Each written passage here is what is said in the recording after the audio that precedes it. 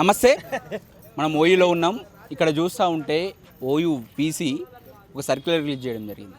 ఏమని, ఇక్కడ ఓయూలో ఎలాంటి ప్రొటెస్టులు చేయొద్దు, అసలు విద్యార్థులు ఎలాంటి ప్రొటెస్టులు కాదు, ఎలాంటి నిరసనలు కూడా తెరపొద్దు. మేము ఏమన్నా చేస్తాం, లేకపోతే రాష్ట్ర వ్యాప్తంగా ఏమన్నా అవుతుంది, మీరు మాత్రం ఇక్కడ నుంచి ఎలాంటి ప్రొటెస్టులు కావచ్చు, నిరసనలు కావచ్చు తెరపొద్దు. ఇది ఒక సర్క్యులర్ రిలీజ్ చేయడం జరిగింది. అంటే ఎందుకు ఈ సర్క్యులర్ రిలీజ్ చేయడానికి కారణం ఏముంది? ఎందుకు ఆ రోజు తెలంగాణ ఉద్యమం కావచ్చు, లేకపోతే ఏదైనా కావచ్చు, ఏ సంఘటన అయినా కావచ్చు, తెలంగాణ వ్యాప్తంగా ఏ ఒక్క చిన్న సమస్య ఉన్నా ఇక్కడ ఉన్నటువంటి విద్యార్థులు కావచ్చు, ఇక్కడ ఉన్నటువంటి నాయకులు కావచ్చు, చాలామంది ఇక్కడ ఆ సమస్యపై మాట్లాడతారు, ప్రశ్నిస్తారు. వాళ్ళ గొంతు ఎవరైతే బడుగు బలహీన వర్గాల నుంచి ఇక్కడి నుంచి వాళ్ళకి మద్దతుగా వీళ్ళ వాయిస్ వినిపిస్తారు. అలాంటి ఉస్మానియా గడ్డ పైన ఈరోజు ఆంక్షలు పెడతా ఉన్నారు. వాళ్ళ వాయిస్ను అణచివేత ప్రయత్నం చేస్తున్నారు. ఎందుకని? ఇది ప్రజాపాలన కదా. డెమోక్రసీ అంటేనే ప్రశ్న ఉండాలి, దానికి సమాధానం ఉండాలి, ఏదైనా డెమోక్రటిక్గా వెళ్ళాలి. అలాంటి మీరు ప్రజాపాలన అని చెప్పుకొని ఇప్పుడు ఓయూ వీసీనే ఉస్మానియా విషయంలో ఇలాంటి వ్యవహరిస్తుంటే మీరు ఏం చేస్తూ ఉన్నారు? అంటే సీఎం తెలియకుండా ఇదంతా జరుగుతుందా? మేము అనుకుంటలేం. 100% సీఎం తెలిసే జరుగుతుంది. ఇది అయితే ఆయనే నిన్న మొన్న మాట్లాడింది కదా యూట్యూబ్ ఛానళ్ళ పైన, ఆ పేరుతో ఇక్కడి నుంచి మాట్లాడుతున్నారు. ఇప్పుడు మేము యూట్యూబ్ ఛానల్ అన్నీ మేము ఏదైనా చిన్న సమస్య రాష్ట్ర వ్యాప్తంగా ఏ సమస్య వచ్చినా ఓయూ గడ్డ మీదకి వస్తాం, ఇక్కడ ఉన్నటువంటి నాయకులతోని ఆ సమస్య పైన మాట్లాడిస్తాం. అలాంటి యూట్యూబ్ ఛానళ్ళ పైన కూడా ఒక కంట్రోల్ ఇవ్వడానికి ఇక్కడ నాయకులు మాట్లాడుతూ ఉన్నారు. వీళ్ళతో మాట్లాడియొద్దు, యూట్యూబ్ ఛానళ్ళ మీద ప్రభుత్వానికి నెగిటివ్ వస్తుంది అనే ఒక ఉద్దేశంతో కూడా ఇది ఒక ప్రయత్నం చేయొచ్చు. కానీ అణిచివేత జరిగితే, ఎక్కడైనా అణిచివేత జరిగితే దానిపైన తిరుగుబాటు, చివరికి తిరుగుబాటే వస్తుంది. ఇక ప్రజాపాలన పేరు మార్చుకోవాలి, మీరు 100% పేరు మార్చుకోవాలి. ప్రజాపాలన కాదు, ఆంక్షలు. ఉస్మానియా గడ్డ మీద మీరు ఇలాంటి ఆంక్షలు పెడితే పేరు మార్చుకోవాలి, ప్రజాపాలన అనే ఒక పేరు మార్చుకోవాలి. గత 10 ఏళ్లలో చూసినాం, ఒకటే ఆధిపత్య ధోరణితో మీడియా పైన కావచ్చు, ఎవరైతే ప్రశ్నించే వాళ్ళపైన కావచ్చు అరెస్టులు అవన్నీ చూసినాం. మీరు కూడా అదే ధోరణి అనుకుంటే ప్రజాపాలన ఎందుకు? దాని పేరు ఎందుకు? అవసరం ఏముంది? ప్రజాపాలన కాదు, మళ్ళీ గత పాలన లెక్కనే మీరు కూడా తయారవుతారు. అది క్లియర్గా కనిపిస్తూ ఉంది. ఏం మాట్లాడతారు? అనేక రకాల మాట్లాడదు. అంతకుముందు ఒకసారి మనతో పాటు ఏబీవీపీ నాయకులు ఉన్నారు, ఒకసారి మాట్లాడదాం. నమస్తే అన్న, ఏమంటారన్నా?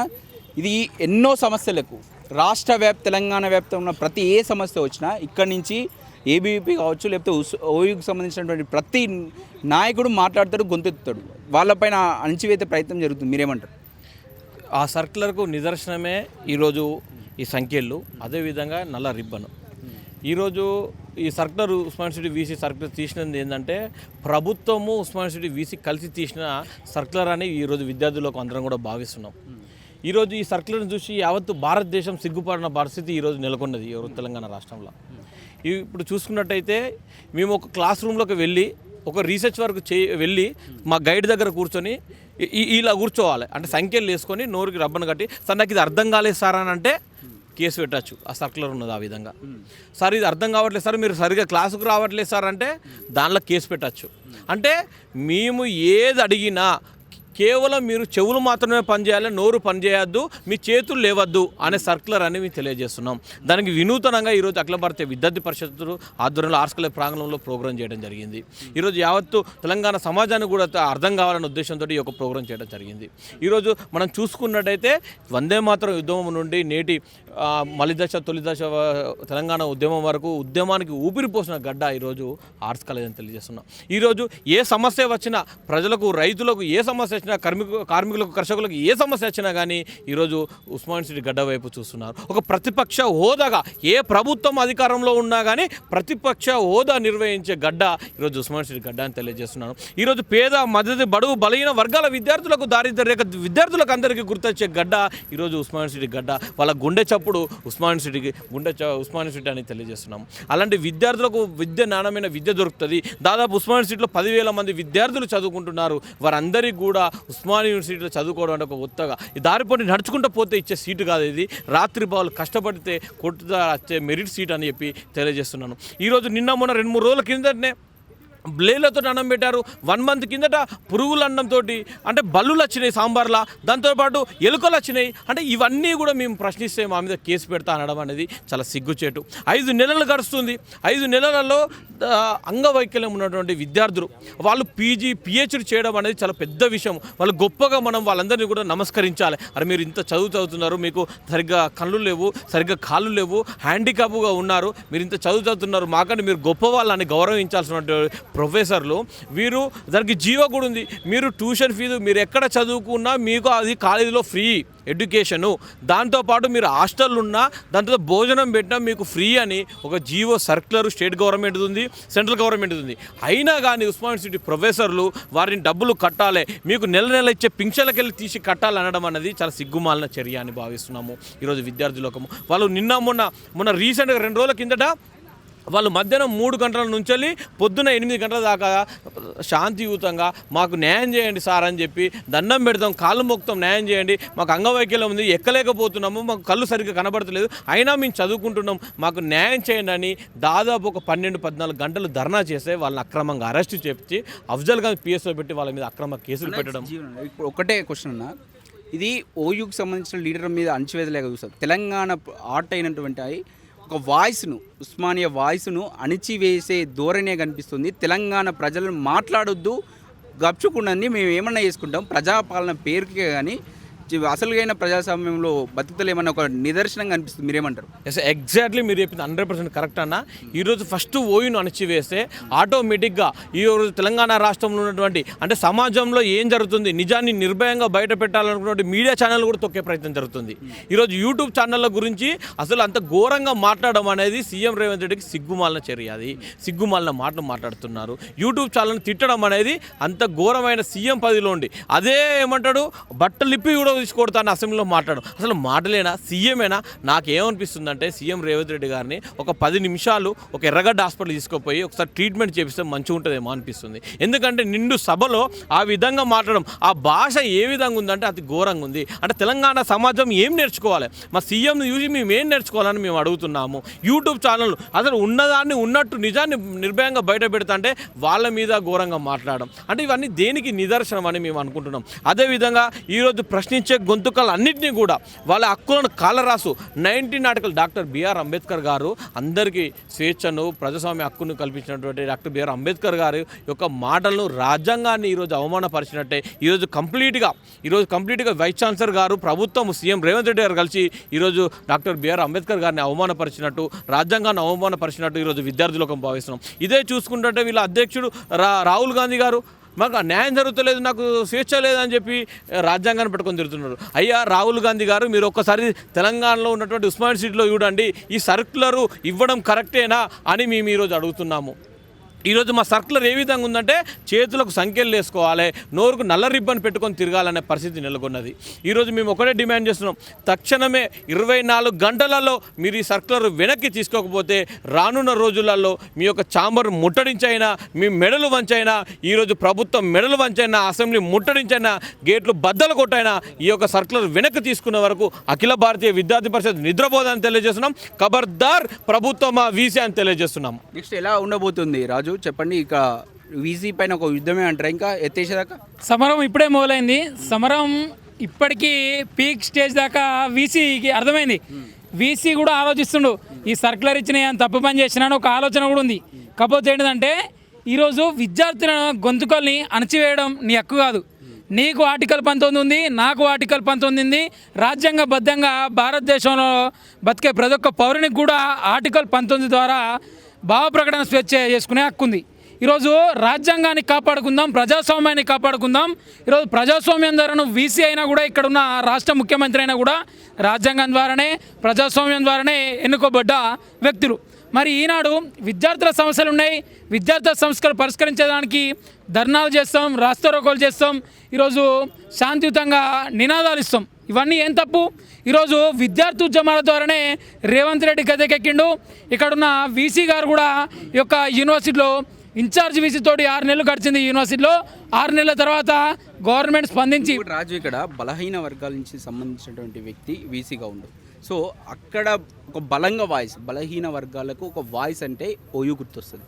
అలాంటి వాయిస్ల పైనే అదే వర్గాల నుంచి వచ్చి ఈరోజు వాళ్ళపైనే ఒక ఆంక్షలు పెట్టడం ఎలా చూస్తాం? ఈరోజు ఒకటన్నా బడుగు బలహీన వర్గాల వ్యక్తి వీసీ కుమార్ గారు ఈరోజు అదే వర్గాల నుండి వచ్చిన వ్యక్తి ఈరోజు ఈ యొక్క విద్యా లోకమైన ఉస్మానియా యూనివర్సిటీని మొత్తం క్షీణిస్తుండు. ఈరోజు విద్యార్థులు అడగద్దు అంటుండు, విద్యార్థులకు ఈరోజు రైట్ లేదంటుండు, ప్రజాస్వామ్యం క్షీణించింది అంటుండు, రాజ్యాంగం అంధకారంలోకి పోయింది అంటుండు. డాక్టర్ భీమ్రావ్ అంబేద్కర్ రచించిన కాన్స్టిట్యూషన్ మీద కూడా నమ్మకం లేకుండా సర్క్యులర్ ఇచ్చిండు.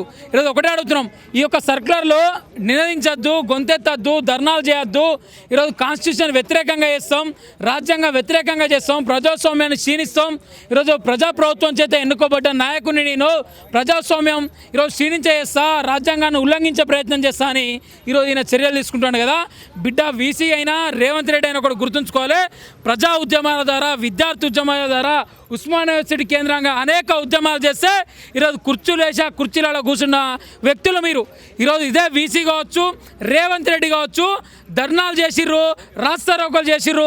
ఇదే వీసీ నాకు వీసీ పదవి రావాలని అనేక ప్రజాప్రతినిధుల దగ్గర పోయి మొరబెట్టుకుంటే వీసీ పదవి వచ్చింది. వచ్చిన తర్వాత ఏం చేస్తున్నావయ్యా? ఒక్కరైనా విద్యార్థుల దగ్గర పోయినావా? విద్యార్థుల హాస్టళ్ళకి పోయినావా? విద్యార్థులకు ఫీజు రియంబర్స్మెంట్ వచ్చిందా అడిగినవా? విద్యార్థులకు బోధన సిబ్బంది ఉందా అడిగినవా? విద్యార్థులకు ఈరోజు శిథిలావస్థలు ఉన్నాయి హాస్టల్, కొత్త హాస్టల్ కట్టిద్దామని అడిగినవా? వాటి గురించి సర్క్యులర్ రిలీజ్ చేయమంటే ఎప్పటికున్న ప్రజాస్వామ్యం క్షీణించేటట్టు చేస్తా, మీకు అడిగే హక్కు లేదు, ధర్నా చేసుకునే హక్కు లేదంటే బిడ్డ వీసీ గుర్తుంచుకో, నువ్వు లేనప్పుడు కూడా ఈ యొక్క 100 సంవత్సరాల నుండి వందే మాతరం ఉద్యమం నుండి తెలంగాణ ఉద్యమం వరకు సపరేట్ తెలంగాణ రాష్ట్రం ఆవిర్భావ దిశగా అడుగులేయడానికి కూడా అనేక ఉద్యమాలు చేసిన గడ్డ ఉస్మానియా యూనివర్సిటీ. అలాంటి ఉద్యమాలు నేర్పిన గడ్డకు నీతోటైద్దా ఉద్యమాలు కానడం, నీతోటైద్దా ప్రశ్నించడం కానడం, నీతోటైద్దా సర్క్యులర్ ఇచ్చి మీరు ఉద్యమాలు చేయొద్దు, ప్రశ్నించొద్దు, నినాదాలు ఇవ్వద్దు. ఇది సమాజమేనా? ఖబర్దార్ బిడ్డ గుర్తుంచుకో. విద్యార్థుల నువ్వా చూసుకుందాం, సమరం మొదలైంది, కౌంట్డౌన్ స్టార్ట్ అయింది, 5 నెలలు అవుతుంది. ఏ ఒక్క హాస్టల్ కన్నా పోయినావు? ఏ ఒక్క విద్యార్థి హాస్టల్కి పోయినా నాణ్యమైన తిండి పెడుతున్న ఒక్కరోజైనా తిని చూసినావు? ఈరోజు బోధన సిబ్బంది లేని ఆర్ట్స్ కాలేజ్ మెట్టెక్కినావు? ఏ రోజైనా విద్యార్థులకు స్ట్రీట్లో లేనో అని అడిగినావు? విద్యార్థులకు పెండింగ్లో ఉన్న స్కాలర్షిప్ రాలేదని అడిగినావు ప్రభుత్వాన్ని? ఇవన్నిటి మీద అడుగు దొరా అంటే నేను అవన్నిటి మీద అడగా నన్ను రేవంత్ రెడ్డి నియమించిండు, రేవంత్ రెడ్డి చెప్పినట్టు చేస్తా, ప్రజాప్రభుత్వం చెప్పినట్టు చేస్తా అంటే ప్రజాప్రభుత్వంలో విద్యార్థులు కనబడతలేరా? ప్రజాప్రభుత్వంలో యూనివర్సిటీ కనబడతలేదా? యూనివర్సిటీలో సర్క్యులర్ జారీ చేసి విద్యార్థులు ధర్నా చేయొద్దన్నాడు కనబడతలేదా?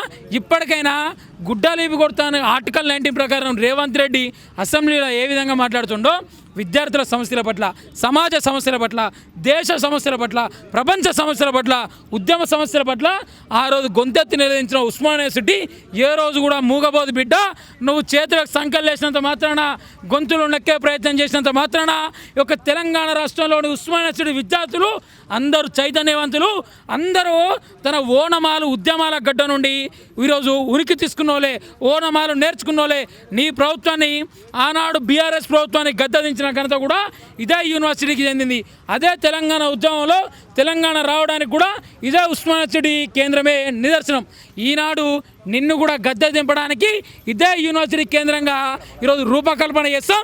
ఇప్పటికైనా ఈరోజు తెలంగాణ రాష్ట్రంలో యూనివర్సిటీ అభివృద్ధి గురించి ఆలోచించాలి, విద్యారంగం గురించి ఆలోచించాలి, పెండింగ్లో ఉన్న 8,300 కోట్ల స్కాలర్షిప్ గురించి ఆలోచించాలి, సోషల్ వెల్ఫేర్ హాస్టల్లో 83 మంది విద్యార్థులు చనిపోయారు, వాళ్ళ ఆత్మహత్యల కారణాలు ఆలోచించాలి, నాణ్యమైన భోజనం పెట్టే దిశగా అడుగులు వేయాలి, విద్యారంగంలో బోధన సిబ్బందిని నియమించే దిశగా అడుగులు వేయాలి, విద్యారంగానికి నూతన ఒడోడికులు తెచ్చే విధంగా ఆలోచించాలి తప్ప నేను సర్క్యులర్ ఇస్తా ప్రజాప్రభుత్వం నాది, ప్రజాప్రభుత్వం అంటే విద్యార్థులకు బేడీలు వేయడమా, ప్రజాప్రభుత్వం అంటే రైతులకు బేడీలు వేయడమా, ప్రజాప్రభుత్వం అంటే నిరుద్యోగులకు బేడీ వేయడమా? ఈ ప్రభుత్వం వచ్చి సంవత్సరం మీద 5 నెలలు అయితే విద్యార్థులకు బేడీలు వేసిండు, రైతులకు బేడీలు వేసిండు, నిరుద్యోగులకు బేడీలు వేసిండు, రోడ్డు మీద గొరగొర మహిళలను గుంజుకొని పోయి రాత్రి అఫ్జల్గంజ్ స్టేషన్లో కూడా ఉంచిన సంఘటనలు ఈ ప్రభుత్వంలో చేకూరినాయి. ఈరోజు చూసుకున్నట్లయితే విచిత్రమైన చర్య. నిన్న నాట ఆర్ట్స్ కాలేజ్ లోపలికి పోయి శాంతియుతంగా బంధుకు పిలిపిస్తే విద్యార్థి నాయకులను ఆర్ట్స్ కాలేజ్ లోపలికి పోయి ఇగ్గుకొచ్చి పోలీసులు అరెస్ట్ చేసిరు. ఈరోజు ఒకటే చెప్తున్నాం, ఈరోజు ఆర్ట్స్ కాలేజ్ లోపలికి పోయి తెలంగాణ ఉద్యమంలో కూడా గొరగొర గుంజుకొచ్చి ఎవరిని కూడా అరెస్ట్ చేయలే. శాంతియుతంగా ఈరోజు విద్యార్థులు నిర్ణయిస్తే మీరు శాంతియుతంగా అరెస్ట్ చేయాలి తప్ప, నేను ఒక విద్యార్థికి ఎగ్జామ్ ఉందన్నా నేను బంధు ప్రయత్నిస్తలేను, బంధు చేస్తలేను, నీ ఎగ్జామ్ రాసుకుంటాను హాల్ టికెట్ చూపెట్టినా కూడా అలాంటి ప్రజాప్రభుత్వం అని చెప్పుకునే రేవంత్ రెడ్డి ఈ యొక్క పోలీసులతోటి విచ్చలవిడిగా గొరగొర గుంజుకొచ్చి గల్లాలు పట్టించుకొని మహిళలను చూడకుండా అందరినీ రోడ్డు మీద ఈడ్చుకుపోయి నిన్న అరెస్ట్ చేసిన దాఖలాలు ఈ యొక్క ఉస్మానియాలో నెలకొన్నాయి. ఇప్పటికైనా ఒకటే అడుగుతున్నాం, తెలంగాణ రాష్ట్రంలో ఆర్టికల్ 19 అంబేద్కర్ రచించిన రాజ్యాంగం తెలంగాణ యూనివర్సిటీలోకి లేదా? ఉస్మానియాలో క్షీణించిందా? ప్రజాస్వామ్యం కరువైందా? విద్యార్థులు గొంతెత్తద్దా? నినదించద్దా? నిజంగా డాక్టర్ భీమ్రావ్ అంబేద్కర్ మీద మీకు గౌరవం ఉంటే, డాక్టర్ భీమ్రావ్ అంబేద్కర్ రచించిన రాజ్యాంగం మీద మీకు గౌరవం ఉంటే, ఆర్టికల్ 19 మీద నీకు గౌరవం ఉంటే, నువ్వు రాహుల్ గాంధీ ఎప్పుడు పాకెట్ బుక్ పట్టుకొని తిరుగుతావు కదా, కాన్స్టిట్యూషన్ పాకెట్ బుక్ పట్టుకొని. ఇప్పటికైనా కాన్స్టిట్యూషన్ పాకెట్ బుక్లో ఆర్టికల్ 19 ద్వారా ఆ 19 చూసి రేవంత్ రెడ్డికి ఇప్పటికైనా సమాధానం చెప్పి ఈ యొక్క జీవోని వెనక్కి తీసుకునే చర్యలు ఈ యొక్క రేవంత్ రెడ్డి కావచ్చు, ఈరోజు ఇక్కడ ఉన్న కుమార్ కావచ్చు చర్యలు తీసుకొని విద్యార్థులకు న్యాయం చేసే దిశగా అడుగులేయాలి. కానీ యూనివర్సిటీ అభివృద్ధి దిశగా సర్క్యులర్ రావాలి, కానీ ఇలాంటి సర్క్యులర్ మరొకసారి రావద్దు. ఈ యొక్క సర్క్యులర్ మీద క్లారిఫికేషన్ ఇవ్వాలి, క్లారిటీ ఇవ్వాలి, రీసర్క్యులర్ ఇవ్వాలని ఏబీపీ డిమాండ్ చేస్తుంది.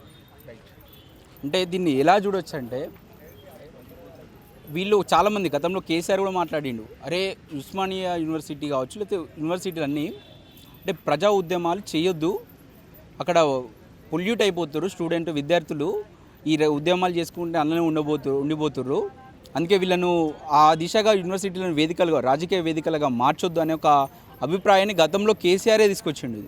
సో అంటే ఇక్కడ ఈ ఉద్దేశం ఏంటంటే, చాలామంది విద్యార్థులు కావచ్చు ఈ ఉన్నటువంటి ఈ జనరేషన్లో రాజకీయాల పట్ల కావచ్చు లేకపోతే ఒక సమాజం పట్ల ఒక దృక్కోణం అనేది చేంజ్ అయింది వాళ్ళది. అంటే ఇంతకుముందు చాలామంది విద్యార్థులు కావచ్చు చాలామంది బయటకు వచ్చి మాట్లాడేవాళ్ళు, ప్రశ్నించేవాళ్ళు, ఎక్కడికక్కడ నిలదించేవాళ్ళు. కానీ అది తగ్గిపోయింది, సొసైటీలో అది తగ్గిపోయింది. ఒకే ఒక పాయింట్ ఆఫ్ అట్రాక్షన్గా ఉండేది ఈ యొక్క ఉద్యమాలకు కావచ్చు లేకపోతే ప్రశ్నించే గలంగా వినిపిస్తున్న ఈ ఓయూ. ఇప్పుడు దాన్ని కూడా వీళ్ళు ఇక్కడ ఉన్నటువంటి విద్యార్థులను అణచివేసే ప్రయత్నం చేస్తున్నారు. ఇక్కడ సర్క్యులర్ తీసుకొచ్చి అంటే ఈరోజు ఉస్మానియా యూనివర్సిటీలో ఉన్నటువంటి లీడర్లు ఎందుకు వీళ్ళకు పడతలేదంటే, వీళ్ళు మాట్లాడతారు కాబట్టి, వీళ్ళ వాయిస్ను అణచివేయాలి కాబట్టి. అంటే ఈ ఒకటి తెలంగాణలో మాట్లాడే స్వరం ఏమన్నా ఉందంటే అది ఓయూ. ఆ స్వరాన్ని ఈరోజు మీరు అణచివేసే ప్రయత్నం చేస్తున్నారు కదా. మరి ఇక్కడ ఎవరు మాట్లాడాలి? ఎందుకంటే గతంలో మీరు ప్రతిపక్షంలో ఉన్నప్పుడేమో లేదు ఎందుకు చేస్తారు, ఓయూ అణచివేస్తారు, విద్యార్థులను ఎందుకు ఇబ్బంది పెడతారు మీరే మాట్లాడతారు. మరి ఈరోజు అధికారంలోకి వచ్చారు, ప్రజాపాలనని పేరు పెట్టుకుర్రు, మరి మీరు అధికారంలో వచ్చినాక మీరేం చేస్తుర్రు? అణచివేస్తే ఆగిపోతుందా ఉద్యమం? తెలంగాణ వచ్చుడు ఆగిపోయిందా? వచ్చింది కదా, కొట్లాడిరు కదా. కాకపోతే టైం పట్టవచ్చు. అణచివేతకు చివరికి జరిగేది ఒక మనిషిని లేకపోతే ఇంకా సమాజాన్ని ఒత్తిడిలో ఉంచితే అది రివర్స్ అవుతుంది కదా, రిఫ్లెక్ట్ అవుతుంది కదా. మరి ఎవరు మాట్లాడాలి? మీరు చేస్తున్న తప్పులను ఎవరు ప్రశ్నించాలి? ఏ నాయకుడు వచ్చి ప్రశ్నించాలి?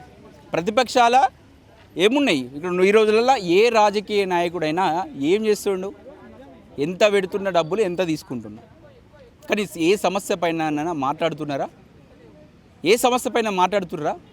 మాట్లాడుతలేరు. మరి ఎవరు మాట్లాడుతున్నారు? ఇక్కడ ఉన్నటువంటి ఓయూ నాయకులు మాట్లాడుతున్నారు. ప్రతి చిన్న సమస్యను సొసైటీకి ఎప్పుడు ఆపద వచ్చినా దానిపైన వీళ్ళు నిలబడి ఆ సమస్య తేరేంత వరకు వీళ్ళ వాయిస్ అయ్యి ప్రభుత్వాన్ని ప్రశ్నిస్తూ ఉన్నారు. మాలాంటి యూట్యూబ్ ఛానళ్ళలో కూడా వాళ్ళు మాట్లాడుతూ సొసైటీని అవేర్నెస్ చేస్తున్నారు, సొసైటీని మేల్కొల్పుతున్నారు. గతంలో కేసీఆర్ పాలన పోయిందన్న కూడా వీళ్ళే కారణం, ఓయూకి సంబంధించినటువంటి నాయకులే కారణం. ఎందుకంటే ఇక్కడి నుంచి మాట్లాడిర్రు, కేసీఆర్ చేస్తున్నటువంటి ప్రతి తప్పును ప్రశ్నించారు. కానీ ఆయనైనా ఇంకా ఇంత అణిచివేత ప్రయత్నం జరగలే.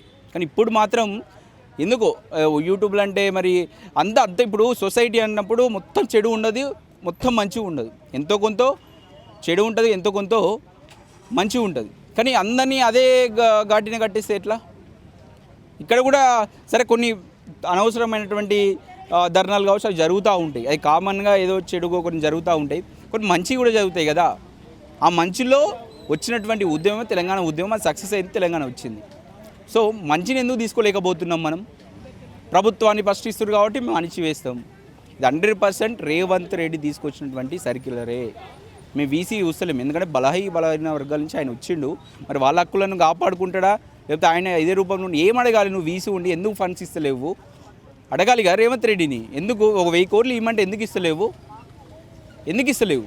అదే అడగాల్సింది పోయి లేదు వీళ్ళందరూ నేను కంట్రోల్ పెడతా, మరి ఏమైనా డీలింగ్ చేసుకుంటుర్రా మీరు?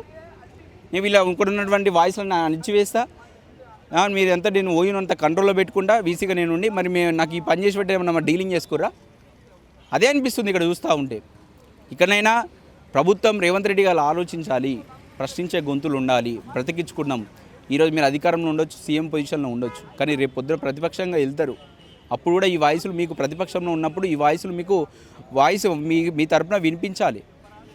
మీ యొక్క అంటే ప్రభుత్వం తరపున ఒకటే ఆ పార్టీ ఈ పార్టీ వాళ్ళు వీళ్ళు ఎవరు, అన్ని పార్టీల వాళ్ళు ఉన్నారు, ఓయిలో అన్ని సంఘాల వాళ్ళు ఉన్నారు. ఈరోజు మీరు తెచ్చింది మీకే గుదిబండలాగా మారుతుంది. ఇప్పుడు మీరు కంటిన్యూ చేస్తే మళ్ళీ వచ్చే ప్రభుత్వాలు కూడా కంటిన్యూ చేస్తాయి కంటిన్యూగా. ఇది మీరు విద్యా వ్యవస్థ నాశనం కాదు, ఉద్యమాల వల్ల సమాజంలో చైతన్యం వస్తుంది. ఉద్యమాల వల్ల ప్రశ్నించడం వల్ల చైతన్యం వస్తుంది. మీరేం విద్యార్థుల స్టడీస్ ఖరాబ్ అవుతున్నాయట చెప్తారు కొంతమంది. ఎట్లా ఖరాబ్ అవుతాయి ఒకసారి మాట్లాడవచ్చు, ఎట్లా ఖరాబ్ అవుతాయో చెప్పాలి. అరే పాలిటీషియన్ ఇక్కడి నుంచి చాలామంది నాయకులు తయారయ్యారు కదా ఉస్మానియా నుంచి, అదెందుకు ఆలోచించలేదు? మంచి మంచి నాయకులు వచ్చారు కదా, చాలామందికి మంచి భవిష్యత్తునిచ్చింది కదా ఈ ఓయూ. సరే ఇంకా ఏం జరుగుతుందో చూడాల్సింది. కెమెరామెన్ వెంకటేష్తో అక్షిత్, హైదరాబాద్.